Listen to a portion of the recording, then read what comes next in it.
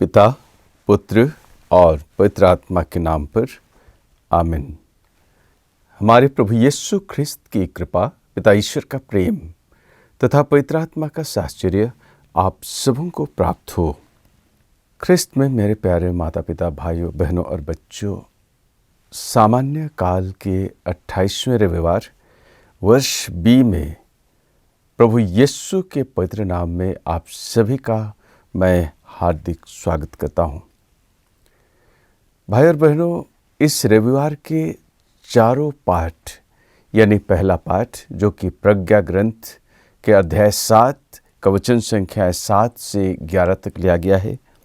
भजन अनुवाक्या स्तोत्र ग्रंथ का स्तोत्र 90 से लिया गया है। दूसरा पाठ इब्रानियों के नाम संत पौलुस की चिट्ठी अध्याय 4 से और सुसमाचार पाठ संत मार्कुस लिखित सुसमाचार अध्याय 10 का 17 से 30 तक। हमें इन पाठों में 3 महत्वपूर्ण बातों की शिक्षा मिलती है।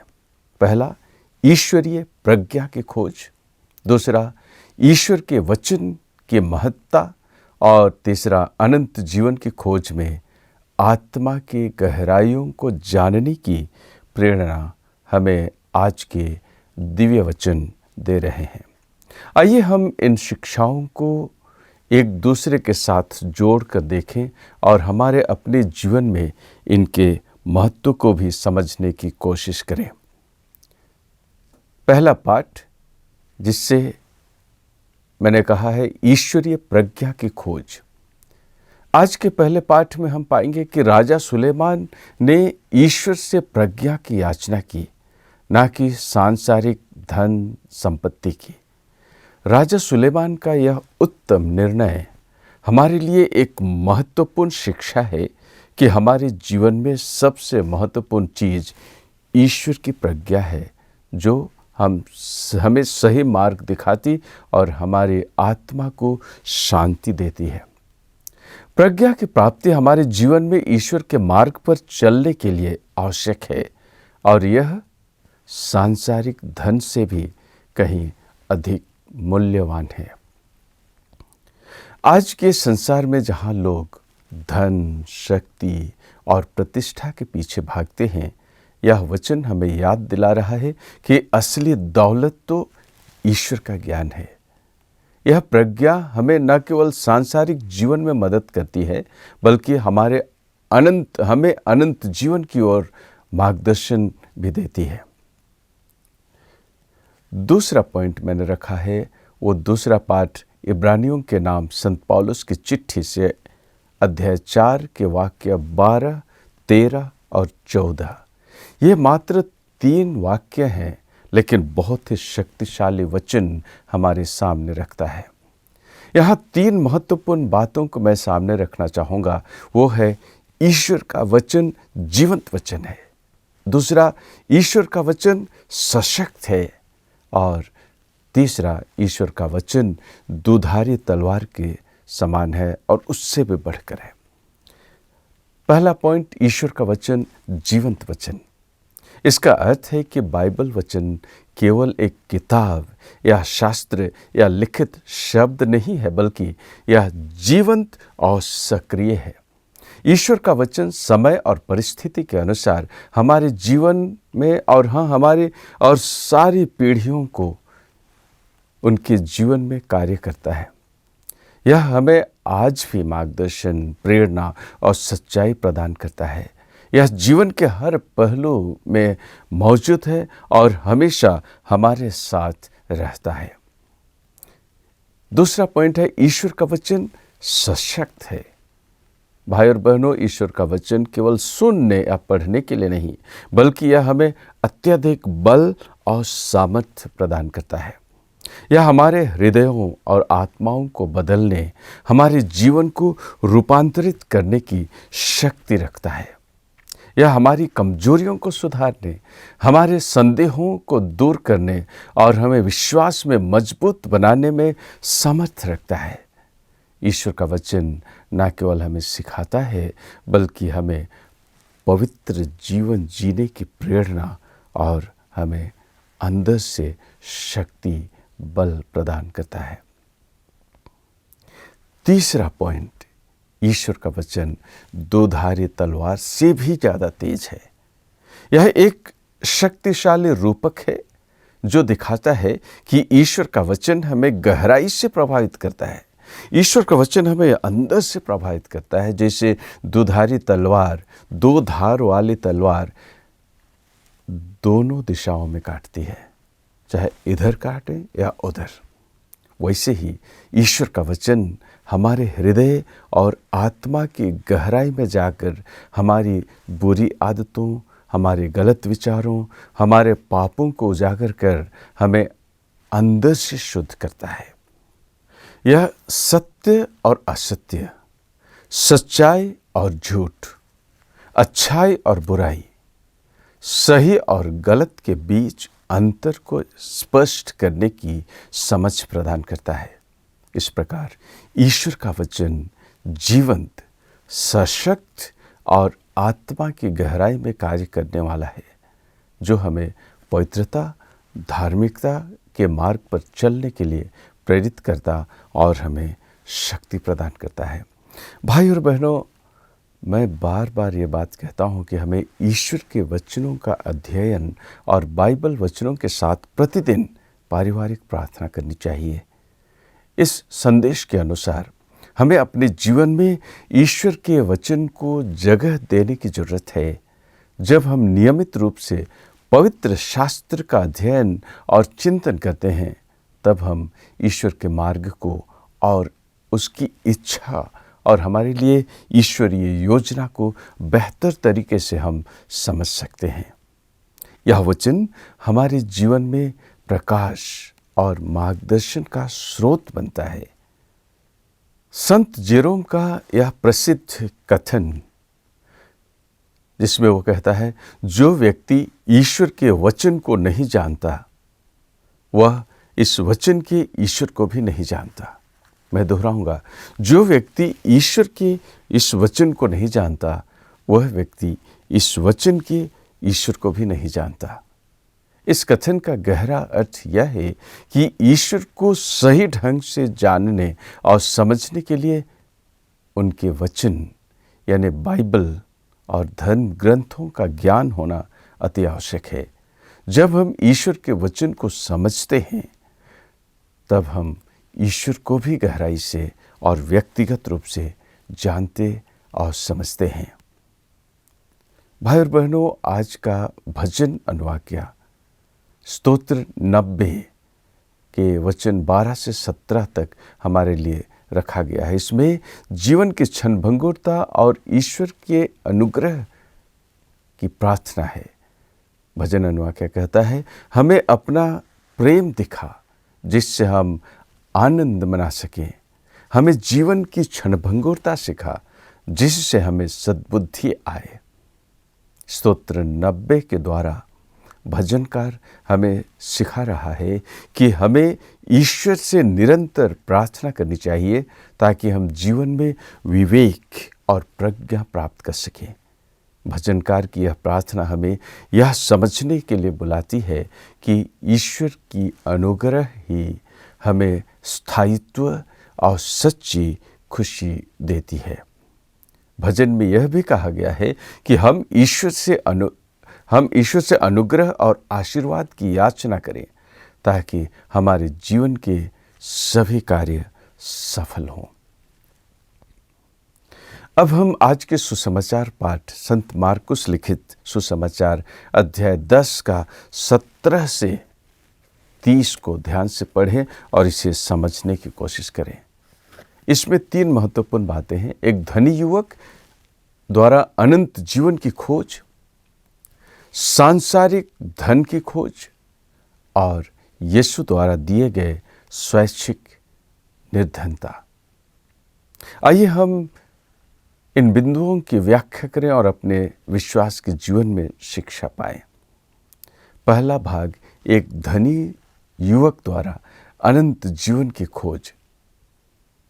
यह नौजवान लड़का यीशु के पास दौड़ता हुआ आता है और उसके सामने घुटने टेक कर यीशु से उसने पूछा, भले गुरु, अनंत जीवन प्राप्त करने के लिए मुझे क्या करना चाहिए? यहाँ एक नौजवान बहुत जल्दी में था और बड़े जोश के साथ दौड़ता हुआ यीशु के पास आया और घुटने टेक कर, भक्तिपूर्वक घुटने टेकता और अनंत जीवन पाने के लिए कोई मंत्र यीशु से जानना चाहता है। कितना सही सवाल इस युवक ने यीशु से पूछा था। और वचन 21 में कहता है, यीशु ने उस नौजवान को ध्यानपूर्वक देखा और उसके प्रति उसके हृदय में प्रेम उमड़ पड़ा। इस वचन को गहराई से हम समझें कि प्रेम और करुणा ईश्वर के हृदय में कैसे उमड़ता है। वचन कहता है, यीशु उस नौजवान को ध्यान से देखा। बड़े ध्यानपूर्वक आंखें गड़ाकर प्रभु यीशु ने उस नौजवान को देखा। जब यीशु ने उस धनी युवक को देखा तो यह सिर्फ एक सामान्य नजर नहीं थी। ध्यानपूर्वक देखना यानी यीशु ने उस नौजवान को गहराई से देखा, उसकी स्थिति को, उसके संघर्षों को, उसके दिल की बातों को, इच्छाओं को, मनोकामनाओं को यीशु ने समझा। और यीशु यह भी जानते थे कि उस नवयुवक में मुक्ति पाने की चाहत थी, परमात्मा के करीब आने की इच्छा थी और अनंत जीवन पाने के लिए वो तरसता था। लेकिन जब यीशु उस नौजवान को, उस युवक को प्यार से देखने के साथ ही साथ यीशु उस युवक की कमजोरियों और उसके हृदय में धन के प्रति आसक्ति, सांसारिक संपत्ति के प्रति लगाव को भी यीशु ने देखा। जब प्रभु यीशु किसी को देखते हैं, जिसे कि इस नौजवान को उसने देखा, यह एक बाहरी दृष्टि नहीं, या कहीं यूं ही बाह्य दृष्टि यीशु ख्रिस्त की इस युवक पर नहीं पड़ी, लेकिन एक दिव्य दृष्टि जो कि उस व्यक्ति, उस नौजवान के अंदर की बातों को, बाहरी बातों को भी और उसकी परिस्थितियों को यीशु ने देखा।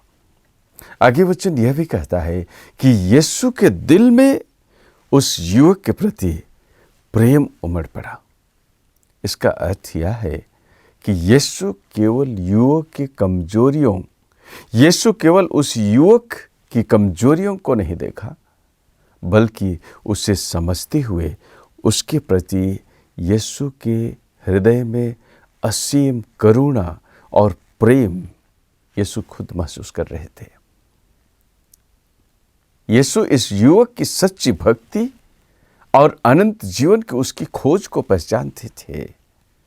जो भी कि वह युवक पूरी तरह से अपने सांसारिक धन से खुद को मुक्त या अलग करने को तैयार नहीं था, इसलिए वह निराश होकर चला जाता है। और तीसरी बात हम पाएंगे, यीशु की नज़र और प्रेम न केवल उस युवक पर लेकिन हम सबों पर भी, करुणामय यीशु का वह प्रेम हमारे लिए भी उमड़ता है। और हम जो खोजते हैं यीशु को, हम जो खोजते हैं अनंत जीवन को, हमारे जीवन में यीशु आते हैं और सही दिशा निर्देशन करते हैं।